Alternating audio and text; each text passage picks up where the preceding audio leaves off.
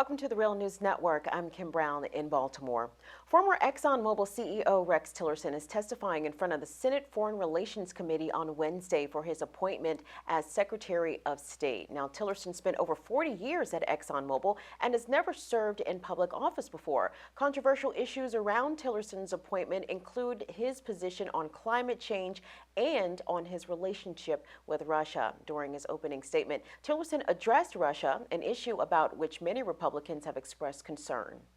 Russia today poses a danger, but it is not unpredictable in advancing its own interest.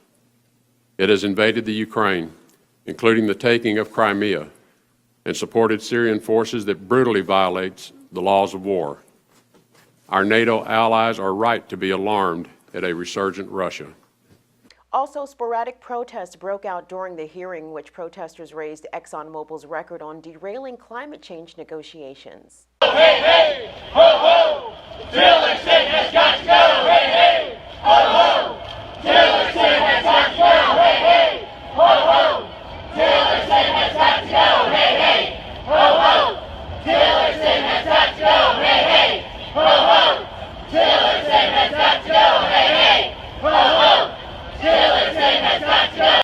Joining us to talk about the Tillerson hearings are Antonia, Juhasz, and Jamie Henn. Antonia is the leading energy analyst. She's also an author and an investigative journalist specializing in oil. She's also an award-winning writer. Her articles appear in Newsweek, Rolling Stone, Harper's, The Atlantic, and more. And Jamie is the communications director and the co-founder of 350.org, which is one of the main grassroots climate movements fighting for reducing greenhouse gas emissions. Thank you, Antonia and Jamie, for joining us today. Thanks for having us. Antonia, let's start with you because, as mentioned in my introduction, Russia has been one of the main issues during this hearing, and you recently wrote an in-depth analysis for In These Times, in which you take a close look at Tillerson's connections to Russia. So tell us a little bit about these connections and how they could influence U.S. foreign policy towards Russia. Yeah, absolutely. And the article is actually a broad scope piece. It's 5,000 words that goes into many of the reasons why I believe, and the title is that Rex Tillerson could be America's most dangerous Secretary of State. Look, Russia is a good example because it demonstrates Exxon's commitment to oil above any and all other concerns. And so Tillerson negotiated deals with Russia whereby ExxonMobil now has 5 times more holdings in Russia than it does in the United States. And the United States are its second largest holdings. And a large chunk of those holdings are in the Russian Arctic. And this was a huge, big deal for Tillerson to sign these agreements with Rosneft, the Russian state-controlled oil company. And that was because Tillerson, who just retired from Exxon, is leaving the company in worse shape than he found it. And one of the things that he needs to prop it up is access to more oil. And he got that oil in Russia. But then President Obama put in place sanctions against Russia for the incursion in Crimea. And those sanctions make it impossible for Exxon to take advantage of a lot of those Russian operations. And those operations are problematic for a lot of reasons, one of which is they're in the Russian Arctic. And in the United States, President Obama put in place a virtual ban on drilling in most of the U.S. Arctic, or a full ban on drilling in most of the U.S. Arctic. And the Canadians put in place a full ban on drilling in the Arctic, because this is an area that pretty much everyone can agree if we're going to start keeping oil in the ground, a good place to do it is in one of the most treacherous, difficult to get to environments in the world, where communities that live around the Arctic are deeply dependent on the resources they get from it.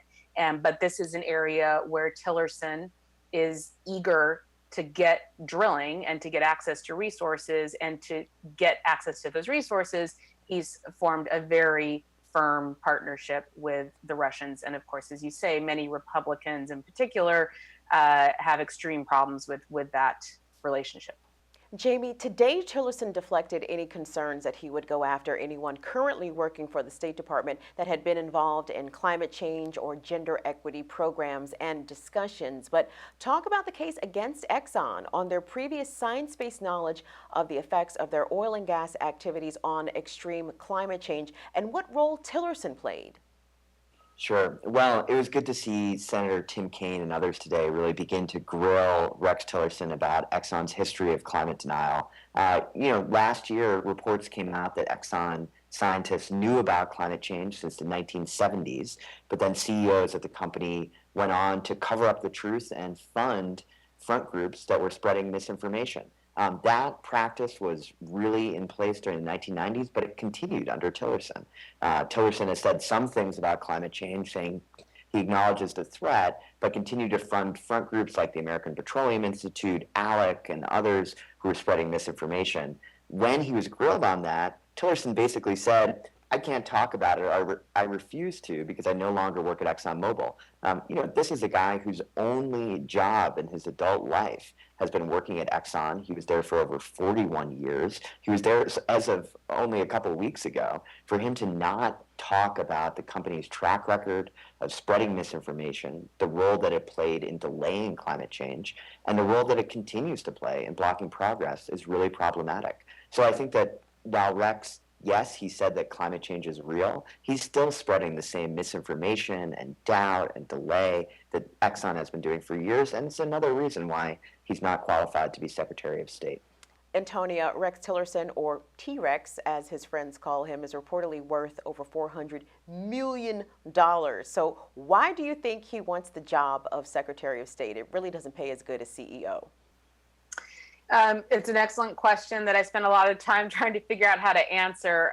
He is right now ranked as one of the most powerful men in the world by Forbes, and he ranks significantly higher on that list than does President Obama. And our current Secretary of State doesn't even appear on the list. So why would he want this job? One is the problem that I posed at the beginning, which is, as Jamie said, Rex Tillerson has worked at ExxonMobil his entire adult life, as have most executives there. The company is often referred to by those who work there as Mother Exxon.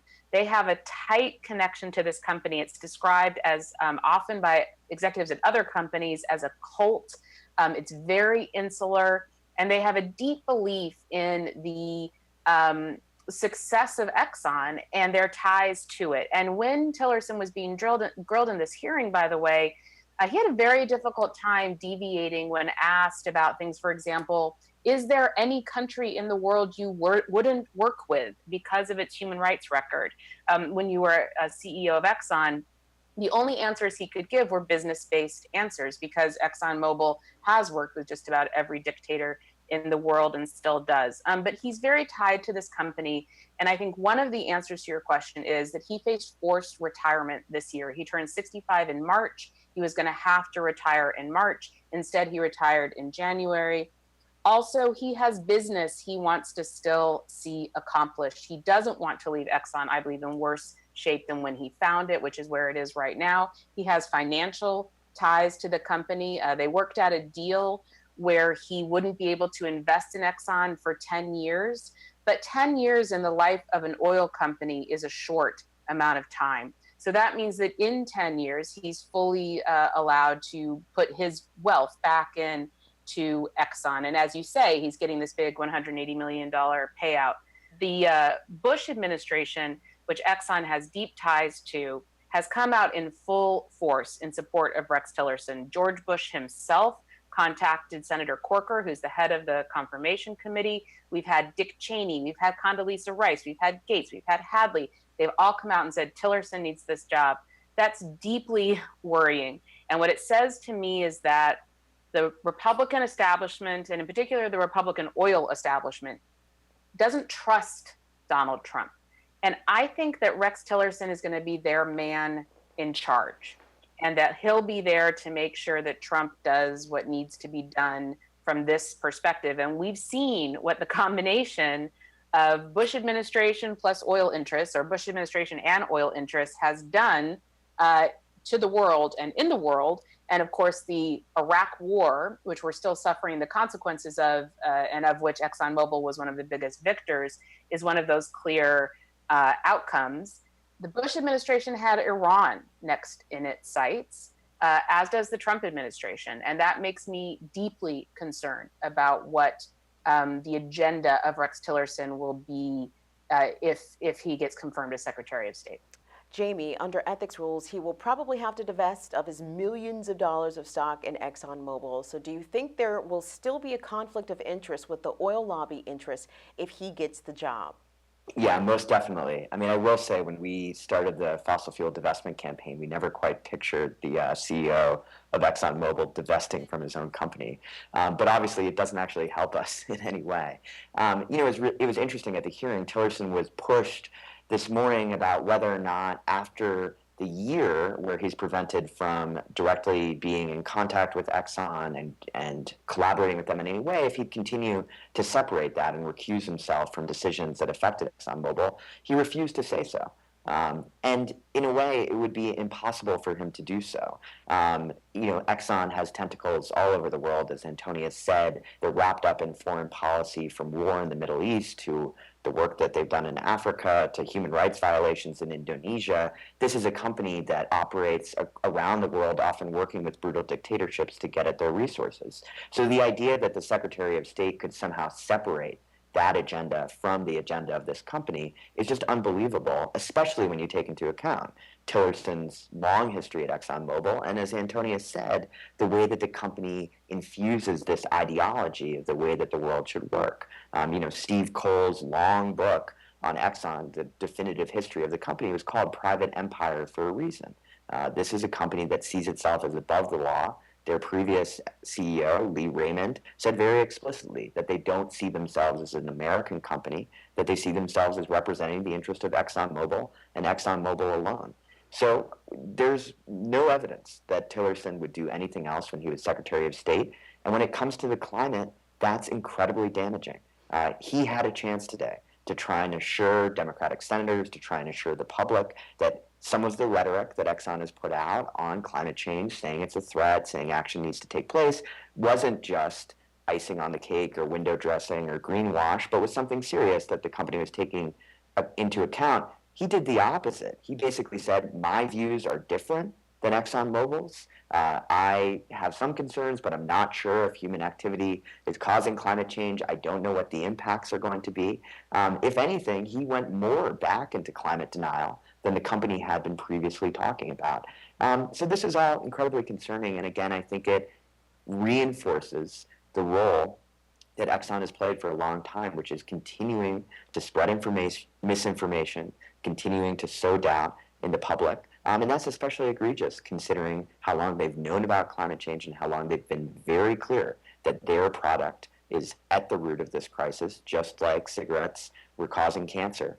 This is going to come back and have serious consequences for this company in the future if senators continue to do their job and really push Tillerson the rest of today and hopefully into the future on the connections between what Exxon knew about climate change and the way that they continue to lie to the American people about the crisis. So, Jamie, in the Tillerson hearing today on Wednesday, he said that he supported a carbon tax as a solution to climate change, but it was about his role if he were to get the job as Secretary of State. So does this surprise you? And what would you have liked the senators to have asked him vis-a-vis the legal case against Exxon, led by the Attorney General from New York State, Eric Schneiderman, over what Exxon knew and whether it properly disclosed the risk of climate change to shareholders and investors and to the public at large?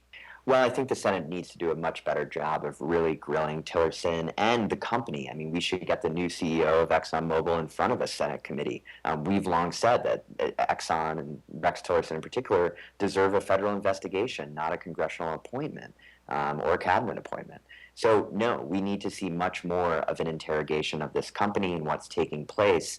That said, when it comes to the carbon price and Exxon's supposed leadership on this issue, it's important to actually look at the record. Exxon only came out in favor of a carbon price when the cap and trade bill looked like it was going to move through the Senate during Obama's first term.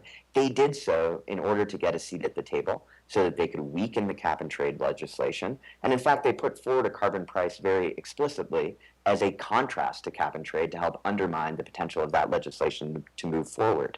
As Antonia has written about and pointed out well, ExxonMobil's core business right now is, especially in the United States, is natural gas, fracking, and light crude that they've always been in. A very low price on carbon would actually help ExxonMobil by driving coal out of the market, replacing it with natural gas, but not making the price on carbon too high so that Exxon's business actually suffered. So as usual, this is a plan to help ExxonMobil. It is not a serious plan to address climate change. And that's the real worry with someone like Tillerson, who admits climate change is real, but then proposes these false solutions that would actually only get us further into the crisis. Antonia, Hillary Clinton came under fire for promoting fracking abroad while she was Secretary of State under President Barack Obama and helping to push through Mexican offshore oil drilling, opening up for U.S. drilling companies. So how do you think his role as Secretary of State, Rex Tillerson that is, will affect U.S. interests at home and abroad? And will it just be more of the same? I think, it's almost impossible. I'm unable to articulate the difference between Rex Tillerson and Hillary Clinton. Clinton did have ties with the oil industry and did perpetuate a fracking model and did work to see fracking opened up in countries abroad. Rex Tillerson's only mindset is oil and natural gas. And that is, there is a quote that I have in my article from a vice president at ExxonMobil in 2008 under Tillerson. And he said in a hearing before Congress about the pursuit of alternative energy, he said the pursuit of alternative energy should not in any way dissuade from or interrupt or disrupt the pursuit of oil and gas. And I think that you can basically fill in any concept that we would expect of a just Secretary of State and fill in alternative energy with that phrase. So, the pursuit of peace, the pursuit of human rights, the pursuit of equality, and oil and gas really just has to take precedent. And I think that is the mindset of Rex Tillerson. And I think in the questions during the hearing, this also came out. I think he was asked, for example, about sanctions. And the first thing he had to say about sanctions was, well, sanctions are bad for U.S. business. And I believe it was Senator Menendez who was doing the questioning. And he said, well, actually, the sanctions, the objective is a foreign policy objective, a human rights objective. And he said, well, it may have those other objectives, Tillerson said, but it does hurt U.S. business. And his framework and his answer to almost every single question was through the eyes of a CEO, which is who he is and what he has been doing until 11 days ago, and the CEO of the world's largest oil company and the oldest major oil company as well, because of course ExxonMobil is the direct descendant and largest descendant of Standard Oil. And what I interviewed in this article, a human rights lawyer who is the lawyer who's been fighting a case in which Rex Tillerson is named. And Tillerson is named in this case, which alleges that